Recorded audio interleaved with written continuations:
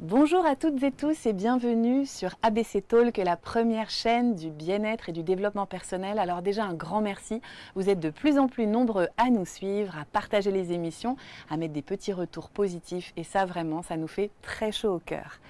Aujourd'hui, une fois n'est pas coutume, le sujet va être un peu plus sombre. Nous allons plonger dans les profondeurs de notre être, dans les recoins les plus inquiétants mais aussi les plus lumineux. Qu'est-ce que la nuit noire de l'âme? Quel défi, quelle transformation nous invite-t-elle à faire? Comment mourir symboliquement pour davantage renaître à soi? Je suis très touchée, honorée de recevoir aujourd'hui Marie-Lise Labonté, qui est psychologue, autrice, formatrice et des tas de choses encore. Aujourd'hui, elle partage le plateau avec moi et uniquement avec moi. Je l'ai pour moi toute seule. C'est parti pour danser sa vie. Donc là, on a un petit générique. J'aime bien vous entendre. C'est pas moi qui vais parler. Oui, justement. La voix.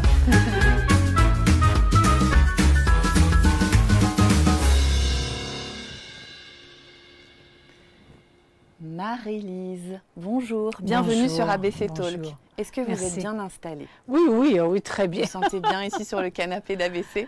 Oui. Il fait un peu chaud là, mais ça va aller. J'ai de l'aide. Vous avez un petit ventilateur qui vous souffle, Ouais. un souffle bienveillant.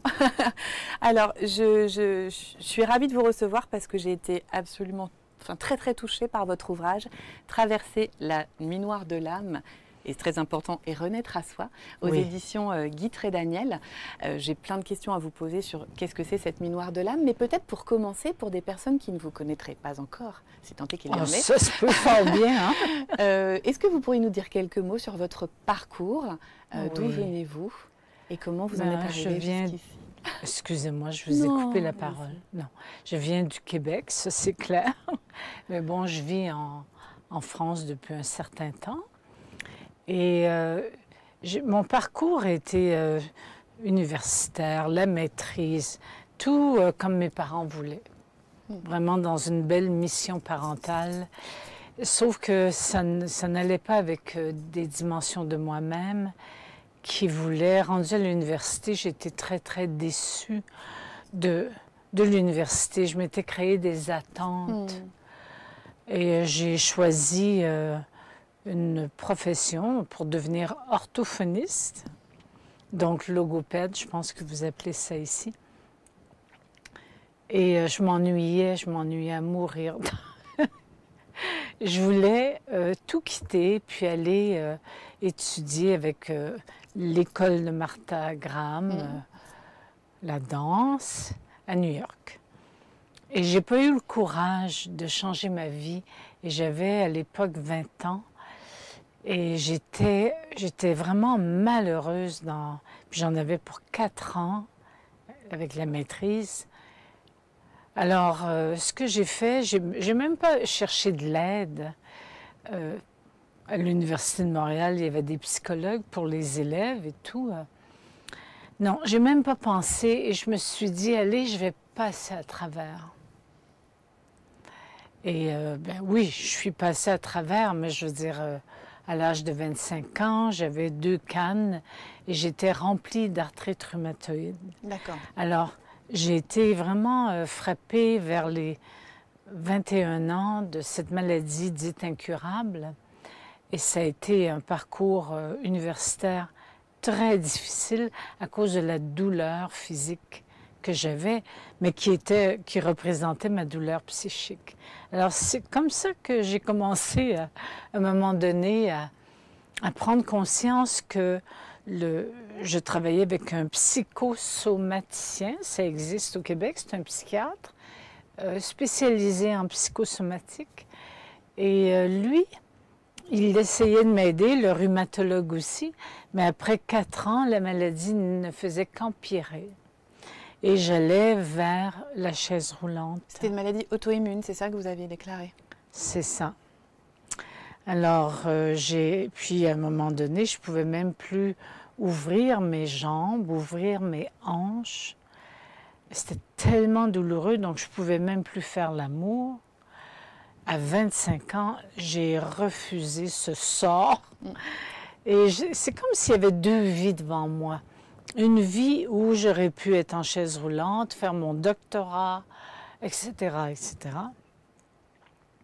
Et l'autre vie que je ne connaissais pas du tout, mais où j'ai choisi de ne plus donner mon corps aux autres, ainsi que ma psyché, et moi-même de me prendre en charge. Oui, parce qu'on dit que votre maladie est incurable, c'est ce qu'on vous dit à l'époque, que vous n'allez pas guérir. Oui, c'est ça.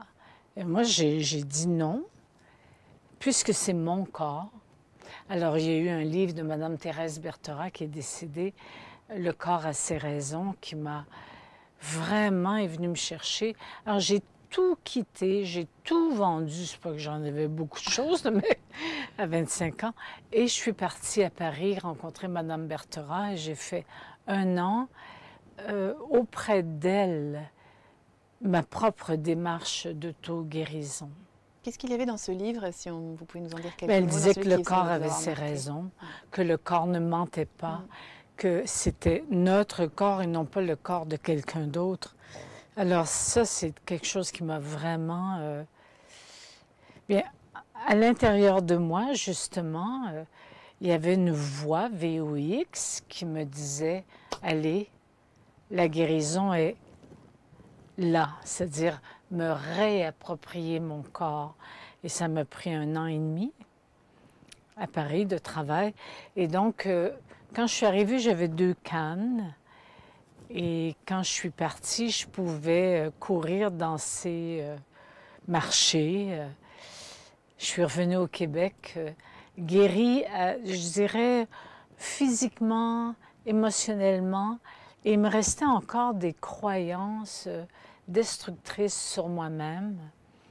Parce que, bien sûr, pour en venir à vivre une maladie auto-immune, c'est qu'il y avait une grande bataille en moi. Et finalement, je me détestais.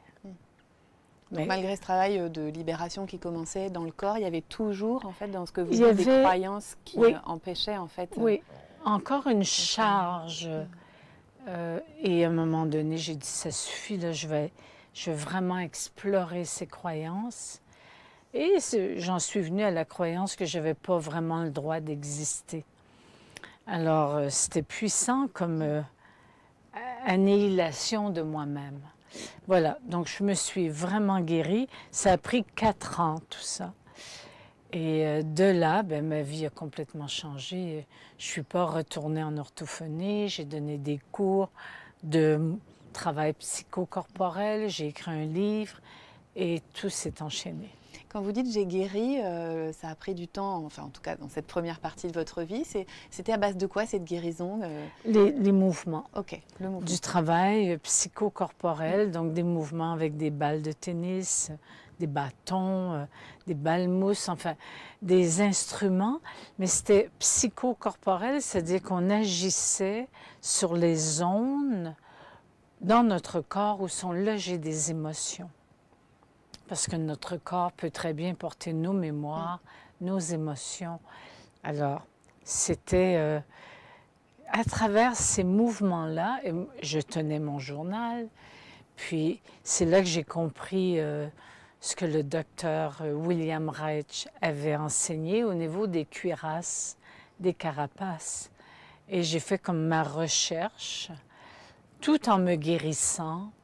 Enfin voilà, c'est tout un chemin, mais ça a été ma première nuit noire. Oui, c'est ce que j'allais vous dire. Première nuit noire de l'âme, c'est votre maladie auto-immune, cette traversée-là. Alors justement, c'est quoi une nuit noire de l'âme par rapport peut-être à la déprime, la dépression? Comment on la définit? Il y a des gens qui sont en dépression et qui vivent une nuit noire de l'âme. Il y a des gens qui sont, c'est ça, déprimés, qui sont dedans, mais ils ne le savent pas, c'est ça. C'est un peu triste parce que s'ils savaient, ils pourraient mieux s'aider. C'est vraiment un passage à froid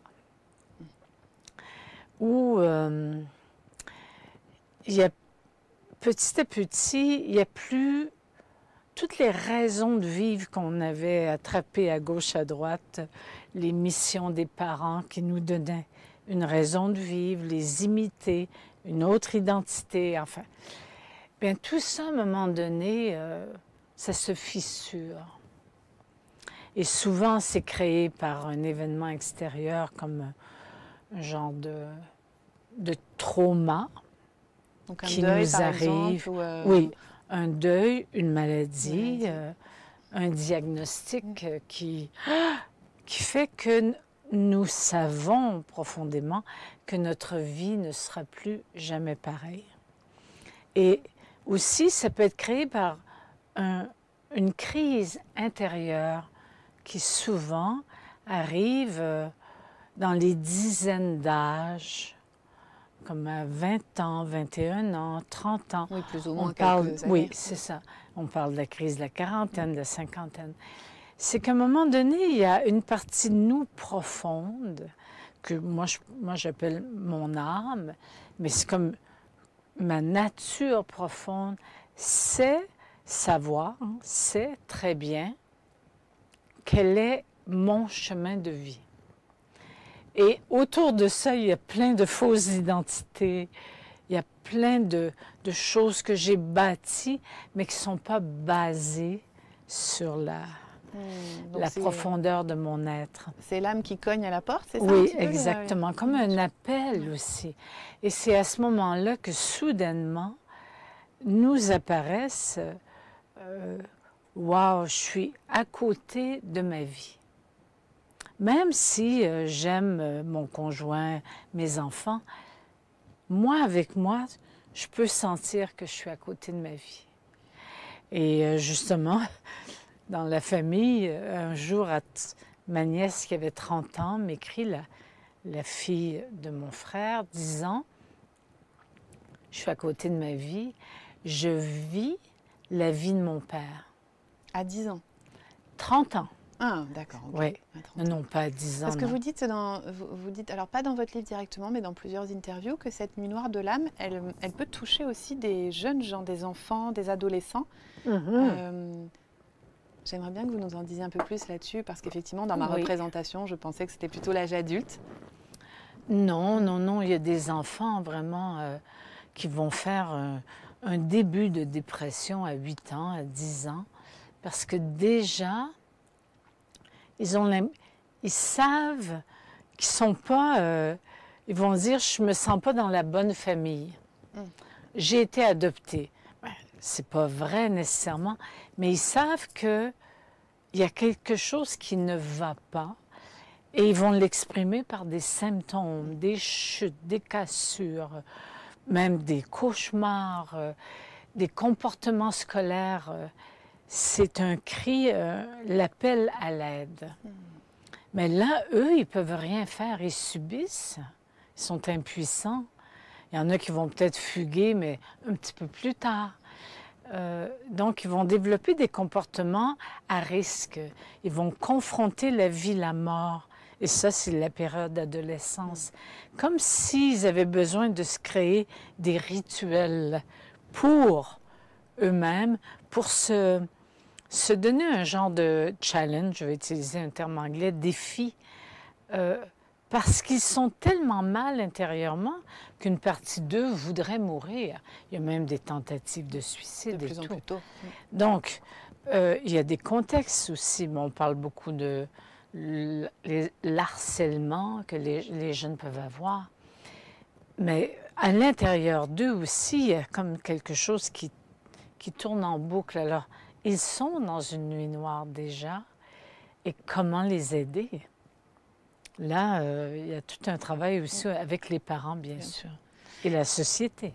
Est-ce qu'on peut dire que la nuit noire de l'âme, elle s'accompagne d'un chaos? Est-ce que, par exemple, ça touche plusieurs couches de notre personnalité, plusieurs domaines, à la fois professionnels, peut-être personnels, familial? Est-ce qu'il y a cette notion de chaos? C'est-à-dire que c'est un chaos, puis à un moment donné, les choses se fissurent autour.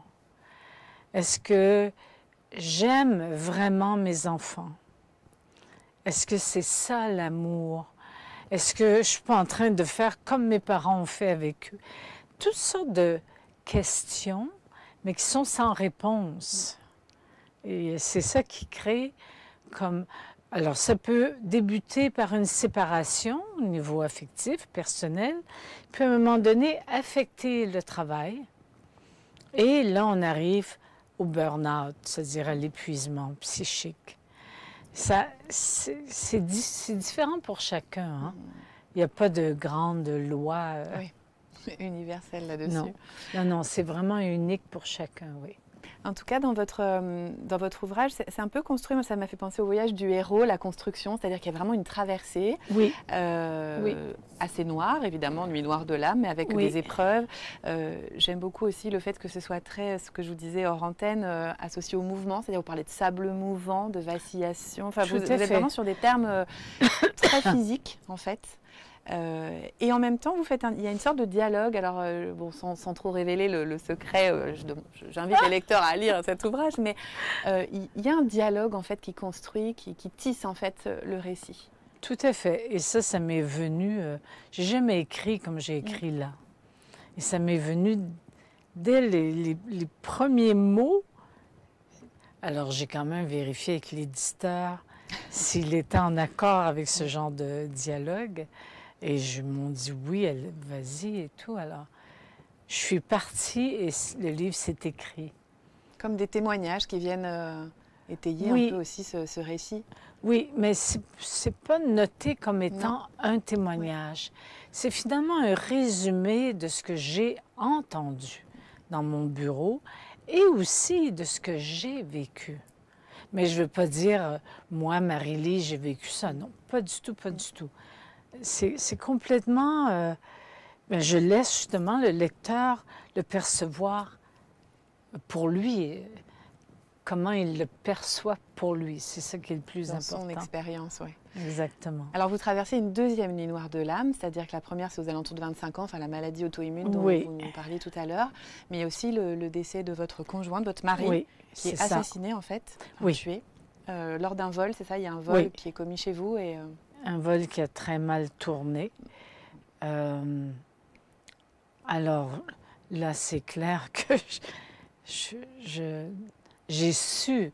Mais comme il y avait ma nièce qui était impliquée, parce qu'elle était prise en otage avec le fusil. Enfin, vraiment un film, un mauvais film.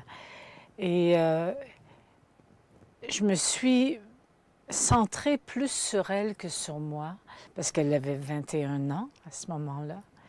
Et elle a fait une crise quand même très importante de culpabilité, parce qu'elle avait l'impression que c'était sa faute si mon mari s'était fait tuer. Alors, j'ai centré mes énergies sur elle, l'aider dans ce passage de survie, parce qu'elle aussi, elle est entrée dans une nuit noire. Et je savais que la nuit noire m'attendait. Comme j'en avais déjà vécu une, je savais que j'allais chuter. Et même avant, vous aviez ce pressentiment d'ailleurs. Vous dites à votre mari, il va nous arriver quelque chose de grave, c'est ça? Oui, c'est ça.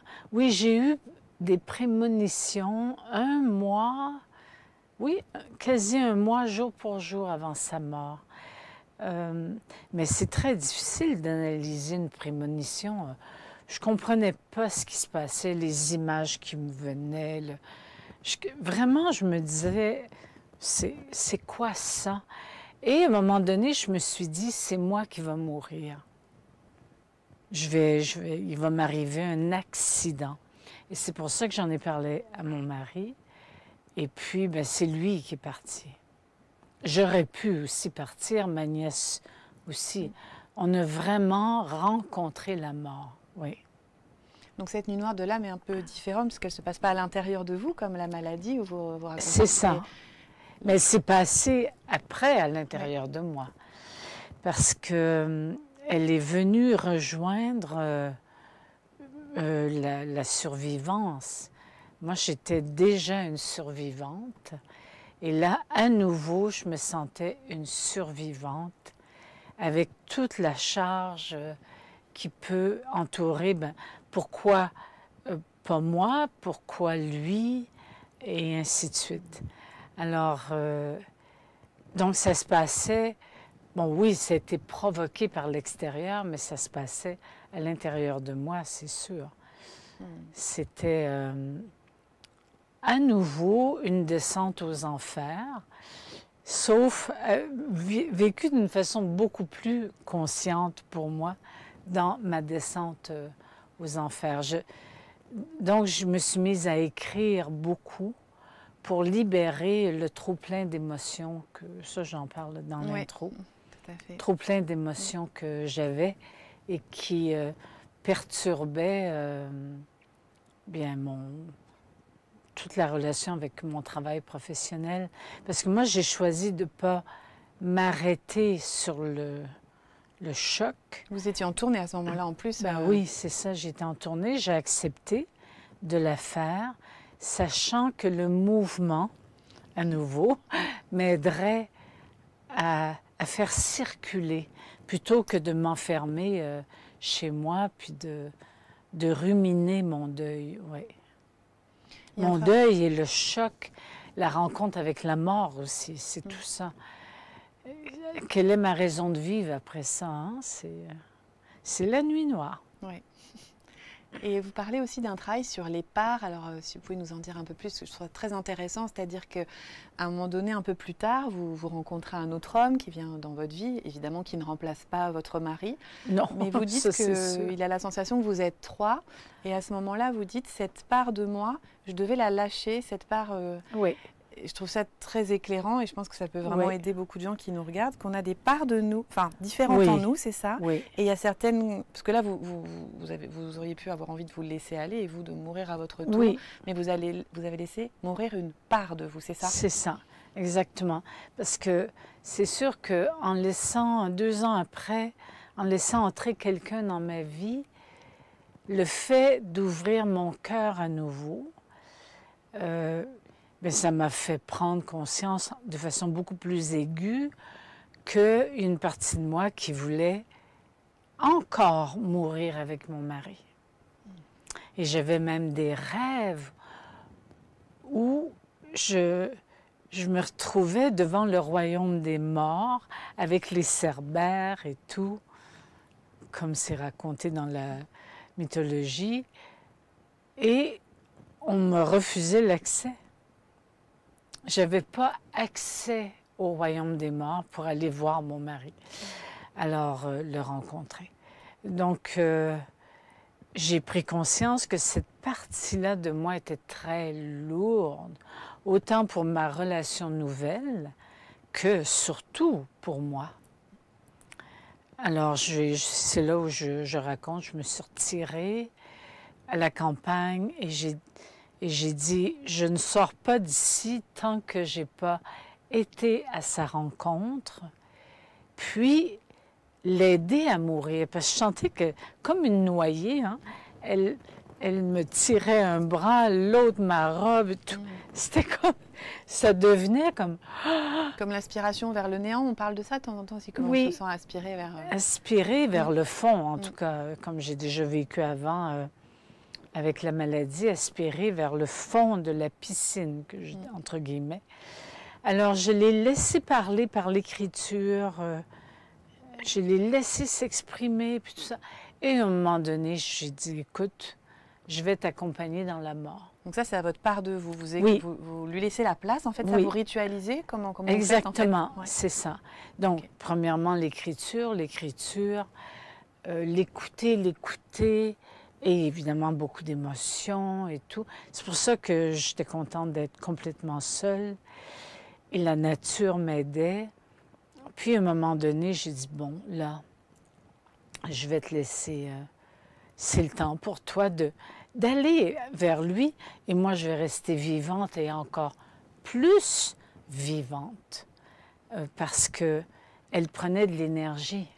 Comme si elle me tirait vers le bas. Alors, oui, donc, je ne vais pas raconter le rituel, mais j'ai fait un rituel où je l'ai laissé aller. Et dès que je l'ai vraiment laissé aller, je me suis retrouvée remplie d'énergie. Comme si j'avais cédé vraiment, j'avais créé de l'espace à l'intérieur de moi. C'est-à-dire vraiment libérer, vous le dites un peu, enfin libérer un peu nos anciennes peaux, c'est-à-dire faire aussi, c'est une grande mue cette nuit noire de l'âme aussi. C'est ça. Parce que la bonne nouvelle, c'est la renaissance quand même. Exactement. C'est que, pour ça que je parle de sable mouvant, d'enlisement, parce que c'est sûr que ça fait peur à la personnalité de se dire « Oh, wow, je suis que dans le noir et je résiste ce noir. Je ne veux pas le voir. » Quand au contraire, ce qui nous est demandé, c'est d'apprendre à voir dans la noirceur. C'est comme une nouvelle capacité. Je ne sais pas comment vous vivez quand vous vous levez et tout est noir. Est-ce que petit à petit, vous définissez les objets? C'est ce que je dis, c'est apprendre à vivre, à voir dans le noir. Voilà. Et dans ce noir, il y a une lumière. Parce que c'est une rencontre avec ces ombres. Hein, c'est les parties de nous qu'on juge, qu'on met de côté, qu'on ne veut rien savoir, parce qu'on cherche une forme de perfection de l'ego. Mais là, l'ego, il est complètement à plat, à plat, à plat. J'en ris, mais je veux dire, c'est pas toujours drôle. C'est comme une nouvelle façon de vivre, une nouvelle façon d'aimer, une nouvelle façon d'être en relation avec soi. C'est là la renaissance et avec les autres. Mais ce passage, c'est comme si j'ai toujours une personnalité, parce que sinon je sombrerais dans la folie. Mais il y a une partie de moi qui est vraiment comme dans un profil très, très bas. Et c'est pas le temps d'essayer de briller ou quoi que ce soit. C'est ça. C'est d'être, je dirais, c'est ça, dans un profil bas et d'accepter de marcher dans le noir. Est-ce que ça veut dire que je résume bien pour vous? Oui. Ça m'évoque un extrait que j'avais... sur lequel j'aimerais que vous rebondissiez, qui va dans le prolongement de ce que vous dites. C'est dans le chapitre qui s'appelle « La préparation », donc c'est au début, c'est le 3e chapitre du livre. Et vous dites « Nous étions les héros de la suradaptation et maintenant, nous sommes les chevaliers de notre ombre lumineuse. Nous avons un vide abyssal à rencontrer. Il nous est interdit de tenter de l'éviter. Nous allons au contraire faire la route pour descendre le long des parois de notre abîme intérieur. » C'est ça. Est-ce qu'en fait, on doit un peu déposer les armes? Enfin, il y a beaucoup ce vocabulaire d'ailleurs du chevalier, du héros hein, que vous utilisez dans le livre. Donc, c'est un dépouillement en fait, c'est ça? Exactement. C'est vraiment comme si, je vais utiliser le terme, vous savez ce qui nettoie les terrasses, le Karcher? C'est comme si on se nettoyait au Karcher, dans le sens que on enlève les fausses identités, les fausses raisons de vivre qu'on s'était données, qui nous ont tenus, mais là, qui ne tiennent plus. Parce que nous sommes appelés profondément à aller vers l'essentiel. Qu'est-ce que c'est l'essentiel pour moi? Et là, c'est sûr qu'il y a un dépouillement qui vient quasi tout seul. Bon, moi, je suggère que les gens qui vivent ça soient suivis par quelqu'un qui l'a vécu. Et non pas par quelqu'un qui se croit au-dessus de tout ça. Là, ça n'aide pas du tout. Alors, parce que quelqu'un qui l'a vécu et qui guide quelqu'un d'autre connaît les passages qui ne sont pas toujours faciles, parce que j'ai plus de raison de vivre. Mais vivre sans raison de vivre, c'est toute une expérience. J'ai plus de sens à ma vie comme avant. Et je ne peux plus retrouver ma vie d'avant. Et j'en parle dans le livre, à un moment donné, même dans l'intro. Quand mon mari est mort de façon aussi violente, finalement, moi, j'ai perdu la foi. J'avais une foi en quelque chose de plus vaste, de plus grand que moi. Ce n'était pas nécessairement relié à ma religion catholique, à Dieu, mais j'avais une foi dans une puissance, et là, bien sûr, de perdre l'être avec qui la vie a été planifiée, les projets, puis l'amour. Je n'ai pas perdu l'amour, mais je perds l'amour comme dans une chair, dans quelqu'un. Incarné. C'est comme si on m'arrachait quelque chose. Et là, je me suis dit, tout là, tout le reste, là, laissez-moi tranquille. Et c'est là où j'ai vraiment senti que je perdais la foi. Et je me suis dit, allez, vas-y, laisse aller. Ne cherche pas à te reconstruire une foi. Parce que beaucoup de gens font ça. Hein. Ils vont essayer de se reconstruire trop vite. Alors, je me suis dit, si vraiment je retrouve la foi, je la retrouverai. Sinon, je vais vivre sans foi. C'est tout. C'est déjà une forme de foi de se dire peut-être que je vais retrouver la foi en même temps. Mais oui, mais oui, mais oui. Mais c'était quand même, je sentais vraiment le vide, justement. Le vide, là. Alors, je me suis laissée aller dans ce vide. Et c'est de ça que je parle. Et c'est là que j'ai appris à voir dans la noirceur.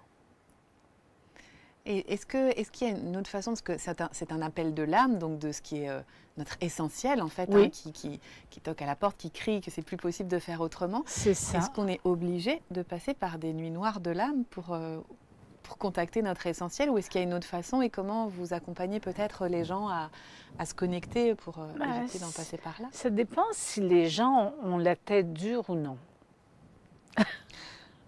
Ça veut dire quoi? C'est ça, ben oui. Dure ou non? C'est que souvent, dans notre vie, on a des signaux, des synchronicités, des messages, vraiment. Même, on peut entendre une voix à l'intérieur de nous qui nous dit « ne va pas là ». Et c'est là, la tête dure. Je vais être capable, je vais y aller quand même. Et bing, je suis face à un mur d'ego. L'ego qui dit « je suis capable ». J'en parle souvent avec face aux relations de couple. Souvent, une femme rencontre un homme ou vice-versa, puis on sent que cette personne-là n'est pas tout à fait pour nous. Et moi, je vais sauver cette personne-là, je vais y aller, Puis là, on rencontre le mur, parce qu'on ne peut pas sauver l'autre, on ne peut pas changer l'autre, on peut juste se transformer soi-même. Alors, c'est là où je dis, est-ce que j'ai la tête dure? Parce que combien de fois, avec les gens avec qui j'ai travaillé, j'ai entendu, je savais que je ne devais pas prendre cet emploi. Je sentais que je serais malmenée dans cette équipe et je suis allée pour l'argent. Bon, c'est sûr, je peux très bien comprendre. D'ailleurs, je ne vais pas juger cette personne-là. Sauf que le burn-out arrive parce que la personne s'épuise à rester dans un milieu toxique. Alors, c'est ça les têtes dures. Ouais. C'est que, oui, on peut s'éviter de passer par la nuit noire si nous sommes capables d'écouter notre monde intuitif, notre monde, notre nature profonde, nos voix qui nous guident, plutôt que de résister, de persister et d'être dans un ego de prouver quelque chose au monde. Donc, est-ce que ça voudrait dire que les personnes qui sont dites battantes, déterminées, tout ça, seraient plus sujettes en fait à des nuits noires de l'âme? C'est qu'ils se bagarrent pour leur existence? Exactement. Des gens qui vont justement tenter à tout prix de passer à travers, de se battre, elles vont s'épuiser. Elles vont utiliser des ressources en plus superficielles au lieu d'aller puiser dans leurs ressources profondes parce qu'elles n'ont pas accès à leurs ressources profondes. Alors, à cause de la bataille qui devient comme une identité, et l'agressivité, et l'adrénaline et les surrénales s'épuisent, et voilà, c'est parti. C'est parti pour un épuisement, une fatigue. Et souvent, c'est comme un entraînement sportif. Allez, j'y vais. Puis d'un coup, je me fais un claquage musculaire. Bien, peut-être que tu aurais dû réduire la vitesse. C'est un exemple. Hein? Et il y en a qui vont utiliser plein de compulsions, soit sportives ou autres, pour ne pas se rencontrer. Ne pas se rencontrer. Et c'est là où bien, la nuit noire exige qu'on se rencontre. Alors vous parlez aussi c'est un moment d'une extrême détresse, en fait, d'extrême solitude, de vide, de néant. Oui. Et comment ça se passe avec les gens autour, en fait, oui. Justement, quand vous avez perdu votre mari, ou peut-être ce que vous entendez en consultation. J'imagine que les autres ont toujours de bons conseils à donner. Relève-toi, bats-toi. Enfin, j'aimerais vous entendre là-dessus sur comment, voilà, comment ça se passe, le monde autour, sachant que ce monde n'a sans doute, au moment de la nuit noire de l'âme, plus aucune, enfin pas valeur, mais en tout cas plus aucun sens, puisque la personne est en train de se reconfigurer presque, en fait. Oui, exactement, complètement. Quitter le formatage et tout. Alors, quelquefois, le système autour de nous n'aide pas du tout. Et ça, j'ai été témoin pour moi, surtout avec ma maladie et le deuil, mon vécu avec la perte de mon époux. Les gens vont avoir... Parce que c'est menaçant de voir quelqu'un qui semble être un peu plus down, plus dépressif qu'avant. Bien sûr, quelque chose d'important arrive. Mais ça fait peur pour soi, ça fait pas peur pour l'autre, c'est ça? Mais ça fait peur à l'autre. Oui, voilà. Ah, oui, parce que l'autre voudrait que la personne soit comme avant. Mais c'est impossible. Impossible. Alors, qui elle est maintenant? Bien, elle est dans ce passage. Et le passage est très menaçant pour le système autour. Très, à moins que des gens l'aient vécu. Oui. Mais sinon, donc les gens prennent une distance ou l'individu qui vit ça n'a pas envie de se faire dire des choses tellement bêtes. Vous ne pouvez pas vous imaginer qu'est-ce qu'on m'a dit. Moi, sûrement, on m'a même dit, finalement, ton mari, c'était peut-être pas le bon pour toi. Ah oui. Et tu aurais dû en trouver un autre dès le départ. Enfin, des trucs, tu te dis, il faut vraiment que les gens aient peur pour dire des choses pareilles. C'est pas qu'ils sont méchants ou quoi que ce soit. Relève-toi, allez, et wow, laisse-moi descendre et j'ai le droit. Sauf que notre société ne favorise pas ça. Ça n'existe pas des centres de repos. Il faut être peut-être détecter qu'on souffre d'une maladie mentale pour aller dans un centre de repos, mais ça n'a aucun sens. On n'est pas obligé d'attendre que la personne devienne déséquilibrée. Voilà, ça c'est notre société. Et justement, est-ce que la nuit noire de l'âme peut conduire à la folie, dans certains cas? C'est-à-dire que oui, pathologie, si la personne s'enlise, si elle a peur de lâcher prise, si elle sent qu'il faut qu'elle tienne le coup, bien, le corps ne ment pas. Le corps va dire « on arrête ». Et c'est pour ça qu'on voit des dépressions où la personne ne peut plus se lever de son lit parce qu'elle a combattu au lieu de juste reconnaître « je prends un temps d'arrêt pour moi ». Et c'est sûr que nous ne sommes pas dans une société qui préconise des temps de solitude, des temps de méditation, des retraites. Oui, ça existe, mais c'est pas... c'est pas institutionnalisé, quoi. On ne dit pas 1 mois de retraite par année, non. C'est ce que vous conseilleriez de s'accorder des pauses aux gens qui nous regardent, de vraiment les mettre dans notre planning, quoi, comme on a un rendez-vous avec soi. Oui, un rendez-vous avec soi. Et des fois, dans mes formations, je le suggère aux élèves en formation. Elle panique en 3 jours seule. Sans rien faire. Mais je dis, ça va être magnifique, soyez sans crainte. Et de fait, c'est un moment extraordinaire pour elle. Est-ce que du coup, ça veut dire que ça dépend aussi du lien qu'on entretient avec notre propre solitude? Est-ce que si on est à l'aise avec ça, alors du coup, on peut être davantage dans cet accueil des choses telles qu'elles sont, telles qu'elles nous arrivent aussi? Bien sûr, parce que c'est l'intimité avec soi-même, dès la petite enfance, si elle n'est pas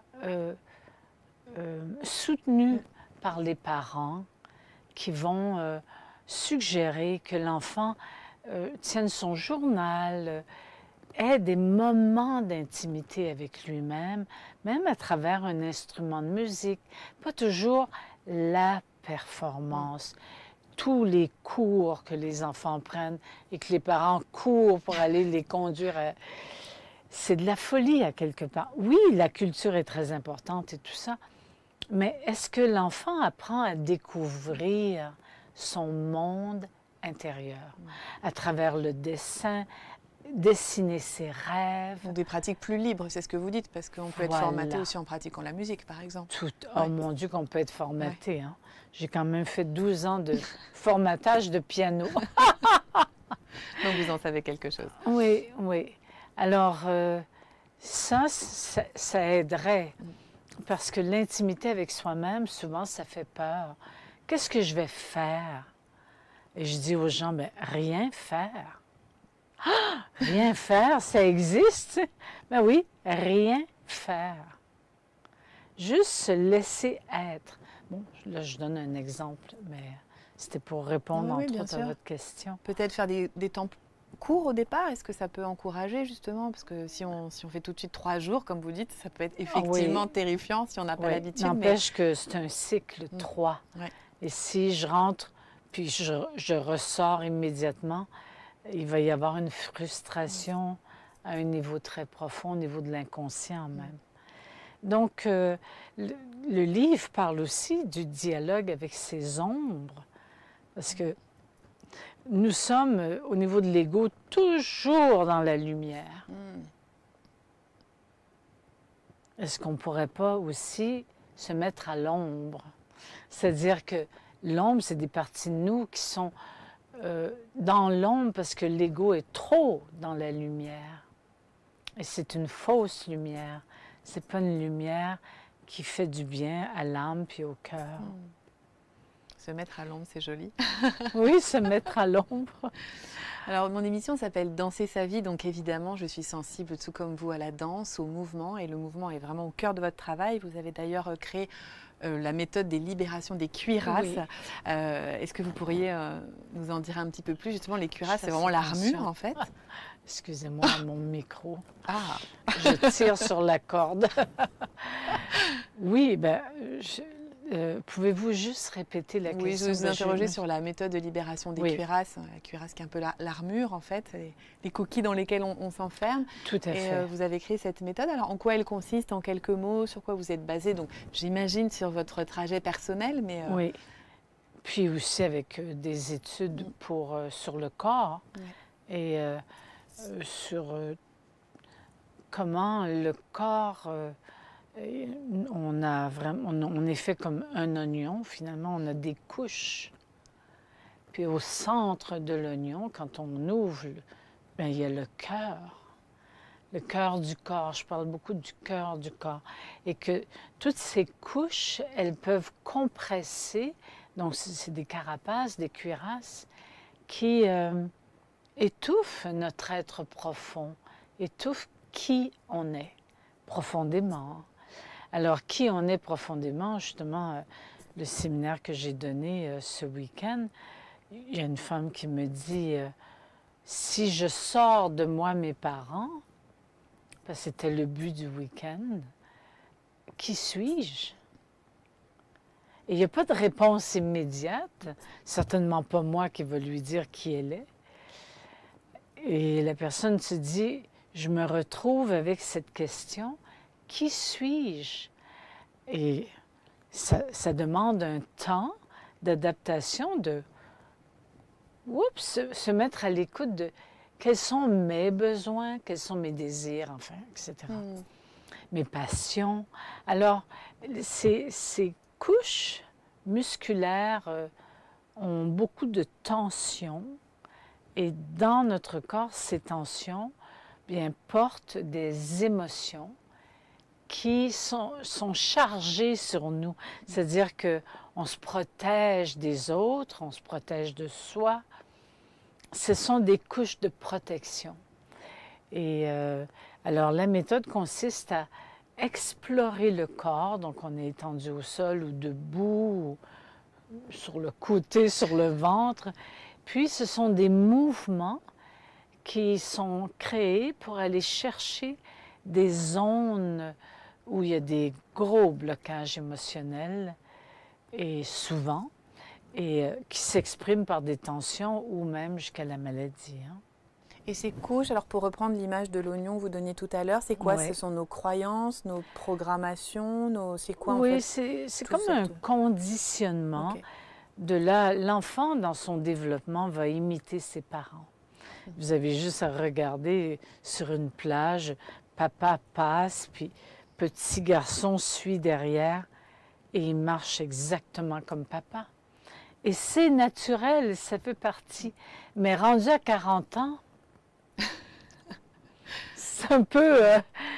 pourquoi j'ai pas ma propre démarche à moi, ma façon de marcher? C'est un exemple.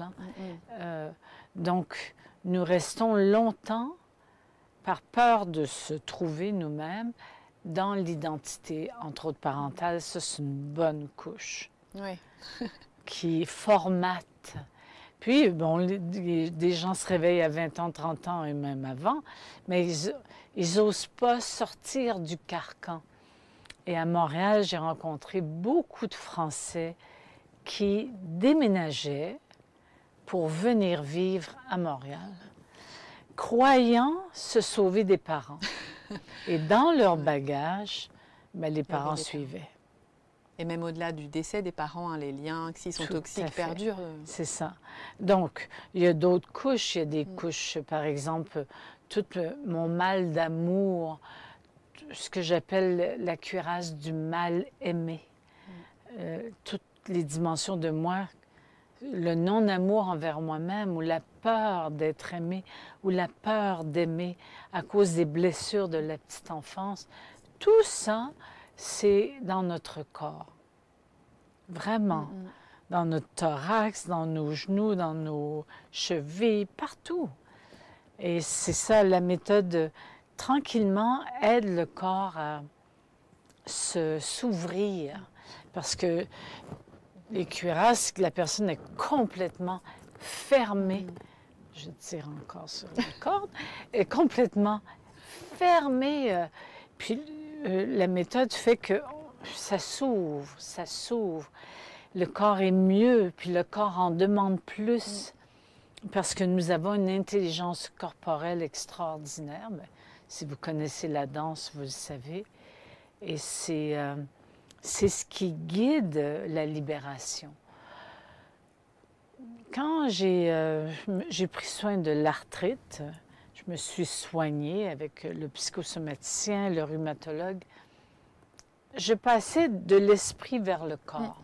Puis il y avait un chaînon manquant parce que la maladie évoluait. J'ai changé ma direction. Je suis partie du corps vers l'esprit et je me suis guérie. Oui, ce que j'allais vous dire, vous redonnez du souffle, du mouvement, même j'imagine des micro-mouvements, sans doute. Tout à fait. Pour trouver les espaces où ça peut encore bouger. Exactement. Mais, et l'arthrite rhumatoïde, c'est terrible comme maladie, comme souffrance, comme...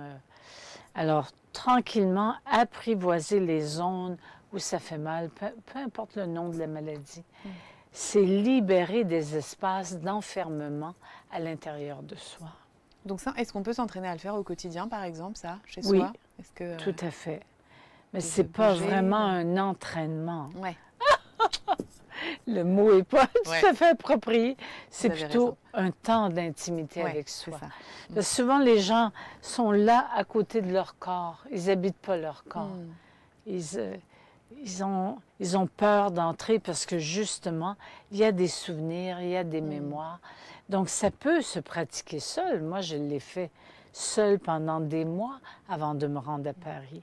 Et déjà, la retraite était toujours là, mais je pouvais respirer mieux, marcher un tout petit peu mieux avec mes cannes.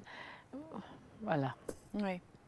Oui, c'est vrai qu'entraînement, c'était peut-être mal choisi. C'était l'idée du rituel, parce que c'est aussi que si on le fait qu'une fois, c'est pas magique et que ça demande, je ne sais pas comment vous dites ça, une motivation ou en tout cas un élan de le faire en fait et de s'accorder ce temps.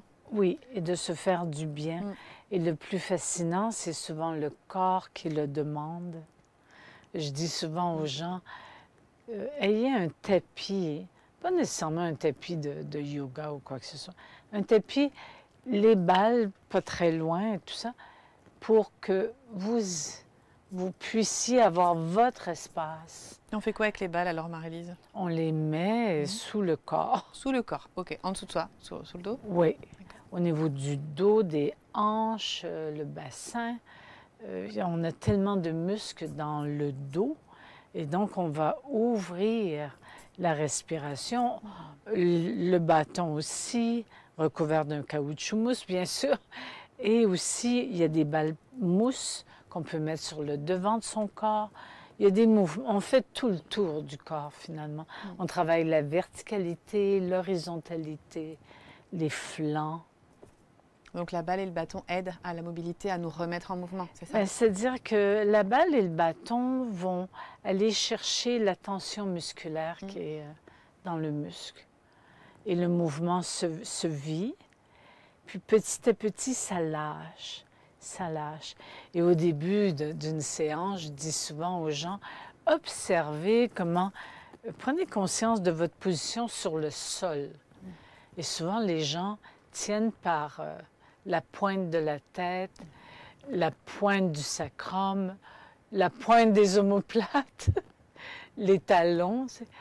Les gens ne sont pas déposés dans le sol. Et après une séance, c'est comme s'ils entrent dans le sol. C'est la sensation qu'ils ont. Donc, les muscles ont lâché. Position du cadavre en plus, pour mourir à soi, c'est parfait. Si les personnes qui nous regardent sentent qu'elles peuvent être concernées par cette nuit noire, qu'elles sont peut-être en train de le traverser, tout à l'heure vous avez souligné l'importance de reconnaître aussi le chemin pour peut-être traverser, faire face. Comment est-ce qu'on peut le savoir? Quels seraient les signes? Évidemment, c'est différent pour chaque histoire, mais qui nous indiqueraient là je suis en train, ou peut-être vous êtes en train de traverser une nuit noire de l'âme. C'est quand il y a une perte de sens. Que soudainement, c'est comme si on avait dormi notre vie et on se réveillait. Puis on se disait, à quoi sert cette vie? Qu'est-ce qui nourrit? Où est ma passion? Où est mon élan de vivre?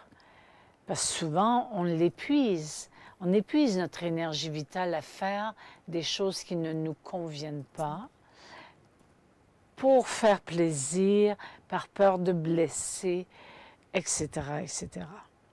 Alors, c'est une relation vraiment toxique avec la vie qui fait qu'à un moment donné, je n'ai plus le goût de, je n'ai plus envie de. Ça, c'est un signe que je suis dans une descente dans le fond de moi-même. C'est vraiment le signe, le début. Et là, bien évidemment, il faut que je me ressaisisse. Après ça, je lâche, puis je me ressaisis. Et ça, c'est vraiment les chapitres que je décris dans le livre. Les sables mouvants. Parce qu'il y a une partie de moi qui dit, enfin, tu me donnes du temps. Enfin, tu entres dans toi-même. Oui.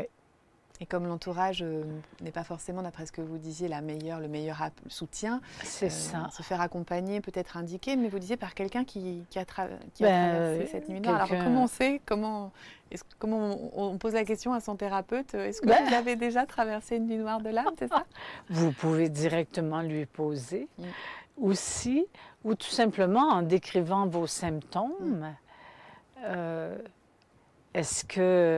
comment réagit l'intervenant?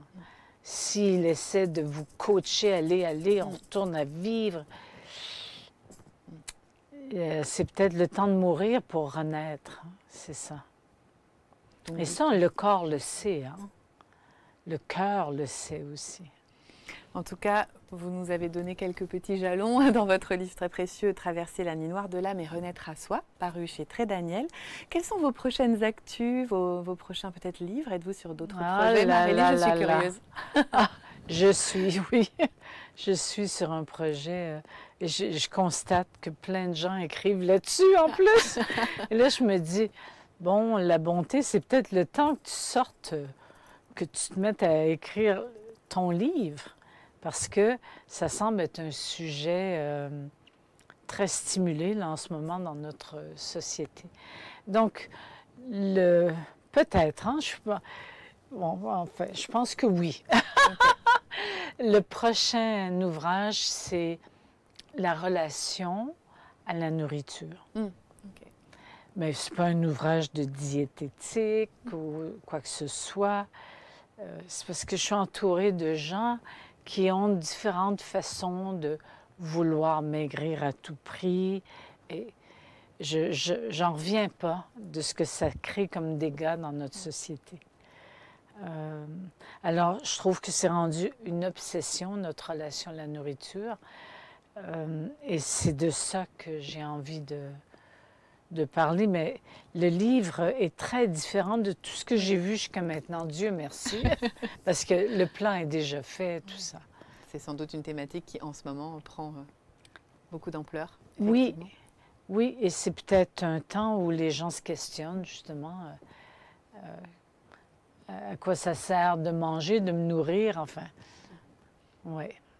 En tout cas, merci beaucoup Marie-Lise d'avoir accepté mon invitation. Merci. Je pense que ça va aider énormément de personnes qui nous regardent, voilà, et peut-être qui se posent cette question de « suis-je en train de traverser cette nuit noire de l'âme ?»